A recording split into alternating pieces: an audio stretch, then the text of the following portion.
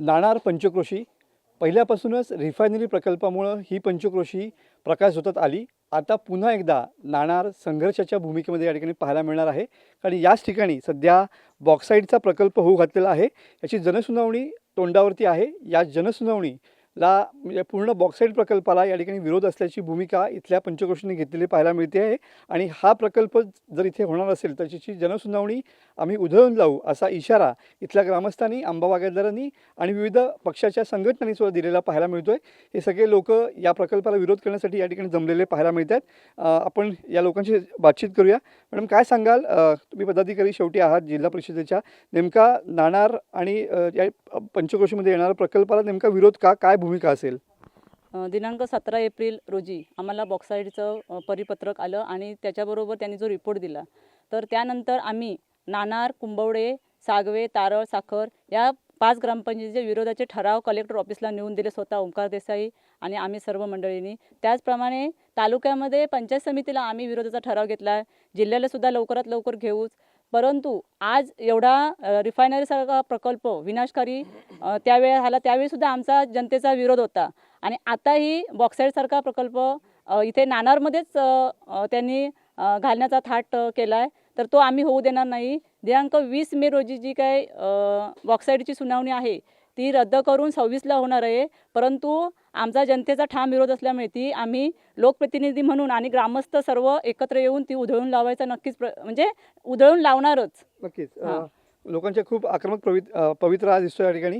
काय नेमकं, कारण या भागातलं पाणी आणि या भागातल्या बागायती खूप महत्त्वाच्या आहेत. अशा वेळेस तुम्ही पाण्याचा मुद्दा एक मांडलात. हा नेमका काय या प्रकल्पासाठी लागणाऱ्या पाण्यामुळे काही परिणाम होऊ शकतो का इथे जनतेवरती? निश्चितच या बॉक्साईडच्या प्रस्तावित प्रकल्पामुळे पाण्यावर दुर्गामी परिणाम होणार आहे. कारण बॉक्साईडचा थर हा एक नैसर्गिक स्पंज म्हणून स्पंजसारखं काम करतो, की जेणेकरून पावसाचं पाणी शोषून घेतो आणि पाण्याच्या भूगर्भाची खालची जी पातळी आहे ती मेंटेन करण्याचं काम ते करत असतं. आणि या ठिकाणी जर उत्खनन झालं तर त्या उत्खननामुळे संपूर्ण पाण्याच्या पातळी खाली जातील आणि संपूर्ण नदी, नाले, आपल्या पिण्याच्या पाणी, विहिरी, बोरवेल या सगळ्या कोरड्या पडतील अक्षरशः. आणि त्यामुळे पाण्याचा दुर्भिक्ष हा एक परिणाम होईल. आणि दुसरा म्हणजे प्रदूषणाच्यामुळे जे उत्खननामुळे जे रासायनिक प्रक्रिया होणार आहे, त्या रासायनिक प्रक्रियामुळे पाणीसुद्धा दूषित होईल आणि विषारी होईल, पिण्याला होणार नाही. अशी परिस्थिती आपण भविष्यामध्ये होऊ शकते. आणि त्यामुळे हा संपूर्ण प्रकल्पाला जाहीर विरोध आमचा सगळे जाहीरपणे आहे. नक्कीच. बॉक्साईड प्रकल्पाला इथल्या जनतेने विरोध केलेला आहे. शिवसेनेने सुद्धा या ठिकाणी ठाम भूमिका घेतलेली आहे. आपल्यासोबत शिवसेनेचे पदाधिकारी आहेत.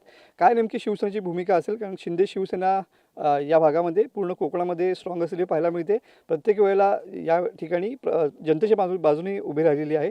यावेळची भूमिका काय असेल? नेहमीच कायमच शिवसेना पक्ष हा जनतेच्या बाजूने राहिलेला आहे. तर अणुऊर्जा असेल, नाणारचा पूर्ण मागचा रिफायनरी प्रकल्प असेल, आता बॉक्साईड, हे तिन्ही प्रकल्प बघितले तर प्रदूषणकारी आहेत. इथल्या शेतकऱ्यांना, मच्छीमारांना उद्ध्वस्त करणारे प्रकल्प आहेत.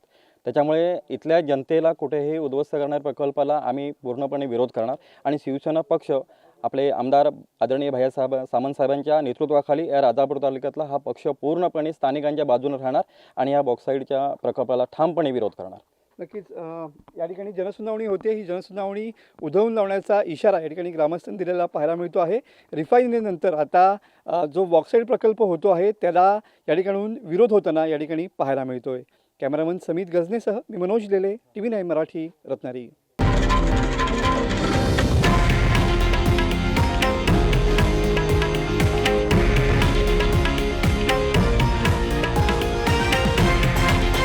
हे आहे देशातील नंबर 1 न्यूज नेटवर्क आणि आपण पाहत आहात TV9 मराठी, एकमेव.